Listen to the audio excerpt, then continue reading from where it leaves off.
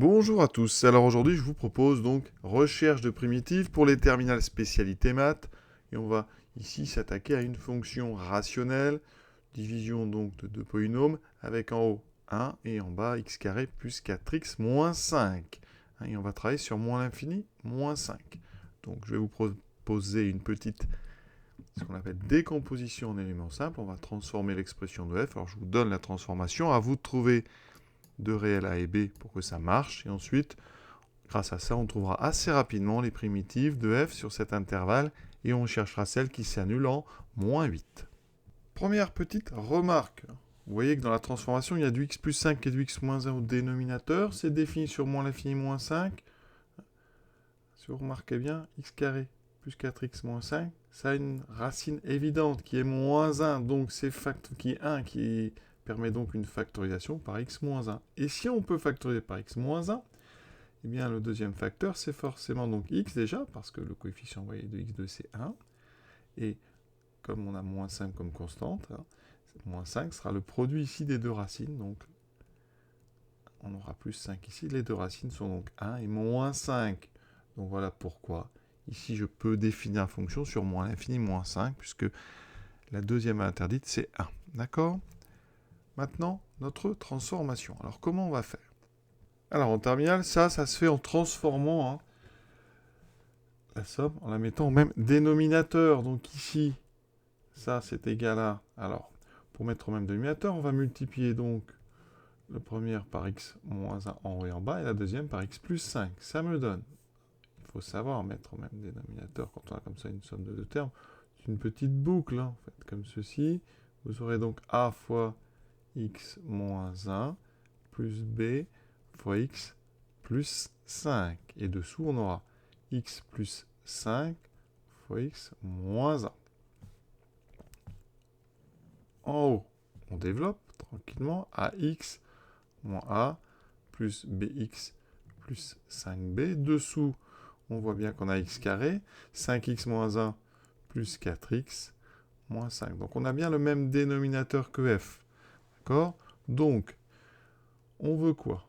On veut que pour tout x donc appartenant à moins l'infini moins 5, on veut que ax, alors on va regrouper les termes en x, on a ax plus bx, donc on a a plus b fois x, ensuite moins a plus 5b, divisé par x2 plus 4x moins 5, et ça doit être égal, sur notre intervalle, à 1 sur x2 plus 4x moins 5. On a le même dénominateur qui est non nul. On peut donc multiplier par ce dénominateur des deux côtés, et on obtient donc sur l'intervalle une égalité de deux polynômes du premier degré, ici deux fonctions affines. D'accord? Et donc on sait, et ça, cette méthode qui permet de faire ça, c'est l'identification. Quand deux polynômes sont égaux sur un ensemble ici, donc qui contient une infinité de valeurs, et bien ça veut dire que les coefficients sont égaux. Et donc on obtient ici un petit système assez rapide à résoudre, vous allez voir. On identifie les coefficients d'abord du terme en x, donc ici a plus b à gauche doit être égal au terme en x de droite, mais à droite. On a 1, et 1 c'est 0x plus 1, donc des termes en x à droite, on en a 0. Donc a plus b doit faire 0, et les termes constants doivent être égaux. D'accord? Donc moins a plus 5b doit être égal au terme constant, c'est-à-dire ce 1. J'obtiens donc moins a plus 5b qui doit être égal à 1. Voici un petit système à résoudre à deux inconnus. Pour résoudre ça, petite astuce, regardez si on fait la somme des deux lignes, les a disparaissent. J'obtiens donc 5,1 6b égale à 1, donc b est égal à 1 sixième. Ensuite a est égal à moins b, donc a est égal à moins 1 sixième. On a déjà terminé. L'expression de x peut s'écrire donc moins 1 sur 6 sur x plus 5, c'est-à-dire moins 1 sur 6 fois 1 sur x plus 5, plus b sur x moins 1, c'est-à-dire 1 sur 6 sur x moins 1, donc 1 sur 6 fois 1 sur x moins 1. Et c'est ça qui va nous permettre de trouver assez rapidement, vous allez voir, les primitives. Petite astuce pour ceux qui feront des maths l'année prochaine, on peut faire un petit peu plus rapide. Alors ici, f de x, c'est donc 1 sur x plus 5 fois x moins 1. Et on veut donc l'écrire sous une forme comme ceci. Alors une petite astuce qui consiste à multiplier des deux côtés d'abord par x plus 5. Alors si je multiplie par x plus 5, partout, ensuite, on remarque qu'il y a des simplifications, d'accord? Et donc en multipliant par x plus 5, il me reste 1 sur x moins 1 égale à a plus b fois x plus 5 sur x moins 1. Et là, eh bien, on va remplacer x par moins 5. Autrement dit, on fait tendre x vers moins 5. On n'a pas vraiment de remplacer parce qu'elle n'est pas définie à moins 5, mais on peut faire tendre x vers moins 5. Et vous voyez, en faisant tendre x vers moins 5, à gauche, ça tend vers 1 sur moins 6, donc moins 1 sixième. Ici, a est constant. Et là, on a x plus 5 qui va donner 0. Donc, on a tout de suite la valeur de a. C'est une astuce. Alors après, on n'écrit pas. On le fait comme ça de tête. A est donc égal à moins 6. Si on fait la même astuce en multipliant des deux côtés par x moins 1, j'obtiendrai très vite 1 sur x plus 5 qui va être égal à donc notre b et le a avec en haut du a un x moins 1. Et donc, on fait tendre x vers 1. Vous voyez, et ça donne à gauche 1 sur 6 est égal à b. Donc, voilà une façon très rapide dans ces cas de trouver a et b. Vous verrez ça l'an prochain, mais c'est bien d'y réfléchir. On déduire maintenant les primitives. Alors, on va les appeler grand F. On a moins 1 sixième fois 1 sur x plus 5. Alors, 1 sur x plus 5, c'est une forme très connue. C'est u' sur u de x, d'accord, avec u de x égale x plus 5. Donc, d'après le cours, une primitive, eh bien, on en connaît plein. C'est ln de valeur absolue de x plus 5. Il faudra régler les valeurs absolues en fonction de l'intervalle dans lequel on se trouve. Pour l'autre, on a du 1 sur x moins 1 qui est aussi, donc, alors je ne vais pas mettre u, mais c'est v' sur v de x. Cette fois-ci, v de x, c'est x moins 1. Donc, une primitive, ça sera aussi ln de valeur absolue de x moins 1.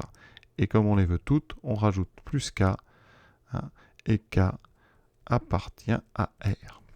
On va maintenant, sur l'intervalle moins l'infini moins 5, essayer d'enlever les valeurs absolues.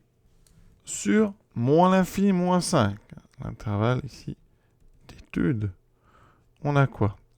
On a x donc qui est plus petit que moins 5. Donc ça veut dire que x plus 5 est plus petit que 0. D'accord? Donc il faudra faire attention ici à cette valeur absolue. Ensuite, si je fais x moins 1, j'enlève 1. J'enlève un des deux côtés. X moins 1 sera plus petit que moins 6. Donc les deux expressions x plus 5 et x moins 1 sont donc négatives dans mon intervalle. Donc il faut faire attention. Les valeurs absolues vont avoir un effet. Elles vont donc tout multiplier à l'intérieur par moins 1. Donc si je les enlève, il faut mettre moins x moins 5. Et sur l'autre, ça fera donc moins x plus 1 qu'on écrit plutôt 1 moins x. D'accord? Et toujours k appartenant à R. Et donc, voici toutes nos primitives sur l'intervalle moins l'infini moins 5. Évidemment, si j'avais pris un autre intervalle, faites attention, les expressions sans les valeurs absolues auraient changé en fonction de leur signe. Imaginez, si j'avais travaillé sur donc que c'est 1 la deuxième racine, sur 1 plus l'infini, eh bien, ma première valeur absolue, bien, elle n'aurait servi à rien parce que sur ce domaine, x plus 5 aurait été positif et x moins 1 aurait été positif. Donc la deuxième valeur absolue n'aurait servi aussi à rien et on aurait eu ça comme expression. Vous voyez? Donc il faut faire attention parce qu'en fonction de l'intervalle, l'expression peut changer si on veut enlever les valeurs absolues.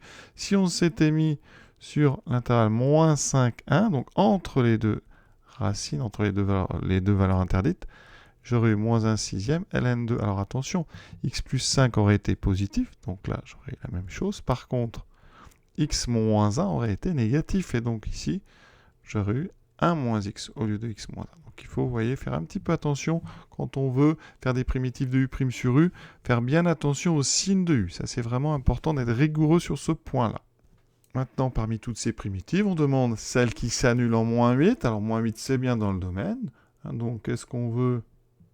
On veut donc f de moins 8 est égal à 0. Ça va nous permettre de trouver la valeur de k qui correspond. Donc, je remplace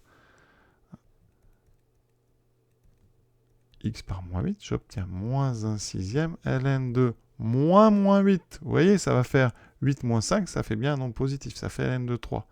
Plus 1 sixième de ln de 1 moins moins 8, donc ln de 9 plus k. Et ça doit être égal à 0. Alors, ça me fait un sixième de ln de 3. Alors, ln de 9. 9, c'est 3 au carré. Donc, il va se passer quelque chose. La propriété du logarithme, le 2 va sortir. J'obtiens. Donc ici, alors, moins 1 sixième. Alors, je vais déjà donner la valeur de k, puis on transformera après. Donc, k est égal à 1 sixième de ln de 3, moins 1 sixième de ln de 3 au carré. D'accord? Ce qui vaut donc 1 sixième de ln de 3, moins 2 sixièmes de ln de 3, ce qui me fait moins 1 sixième ln de 3. Voilà donc la valeur de k qui me donne une primitive qui s'annule en moins 8. Donc vous avez juste après, pour avoir son expression, à prendre donc k est égal à moins 1 sixième fois ln de 3. D'accord? L'exercice est terminé. Je vous souhaite une bonne fin de journée à tous. À très bientôt.